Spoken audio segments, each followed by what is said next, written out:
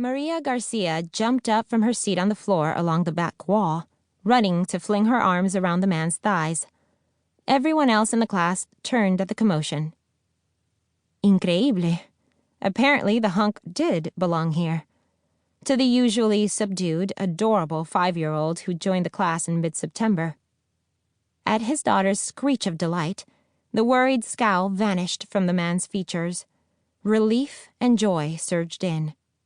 For a moment, Yaz bought into his pleasure, savoring the smile that softened his chiseled face with boyish charm. Then, with the stinging slap of a bitter Chicago wind, Yaz recalled the number of practices Maria's father had skipped over the past 2 months, the number of classes when the child had sat alone in the back, and the number of times she'd had to partner with Mrs. Buckley, her grandmotherly nanny, because her father had failed to show up as promised. Again. The attraction searing through Yaz's body cooled as fast as if she'd dunked herself into an ice bath after a marathon day of rehearsal. Bendito sea Dios, the prodigal father, more focused on his advertising career than his child, had finally arrived. Tardy, of course. Blessed be God indeed. You made it! Surprise heightened Maria's high-pitched cry. I sure did, Chiquita. Mr. Garcia scooped up his daughter and spun her around, the picture of familial bliss. Maria grinned with pleasure.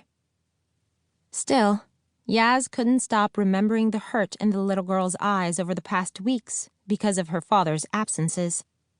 Legs shaking, she strode to the corner table at the front of the room and jabbed the stop button on her iPod speakers. Everyone, let's take a 5-minute water break. Mr. Garcia and Maria stepped to the side of the room so the other class members could head to the lobby area. Anger over the weeks of disappointment he'd brought on his daughter pulsed a heavy, deep bass beat in Yaz's chest. She sucked in what was supposed to be a calming breath and counted to 10. Then 20. So much for her brief fantasy of a friendly night out with a hunky stranger. Her first since long before she'd left New York to come home. That definitely wasn't going to happen. Not with this man. Mija, I'm sorry I'm late.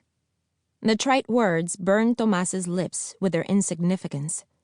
No matter how many times he apologized, he knew he'd never forget the dejection crumpling Maria's shoulders when he'd finally spotted her sitting in the back of the room. Knowing he'd put the sadness there was like a swift punch to his gut. He tried so damn hard to be a good father. Still, more and more often, it felt like he was falling short. It's okay. Maria gave him a sad version of her normally sunny smile. At least you made it for a little while this time. This time. Guilt latched onto him, sinking its claws into his shoulders. Talk about feeling like a loser single parent. Lately, his drive to be the best at work had him shortchanging his daughter. Sure, he'd landed a prize client today, but the extended negotiations had made him leave the office late. Remorse riding shotgun on his mad dash out of the city. Come on, Papa. Maria linked their fingers together. I want you to meet Ms. Yazmine. Remember I told you about her? Ha, it was impossible to forget. All Maria talked about was her new dance instructor. Apparently, the lady walked on water.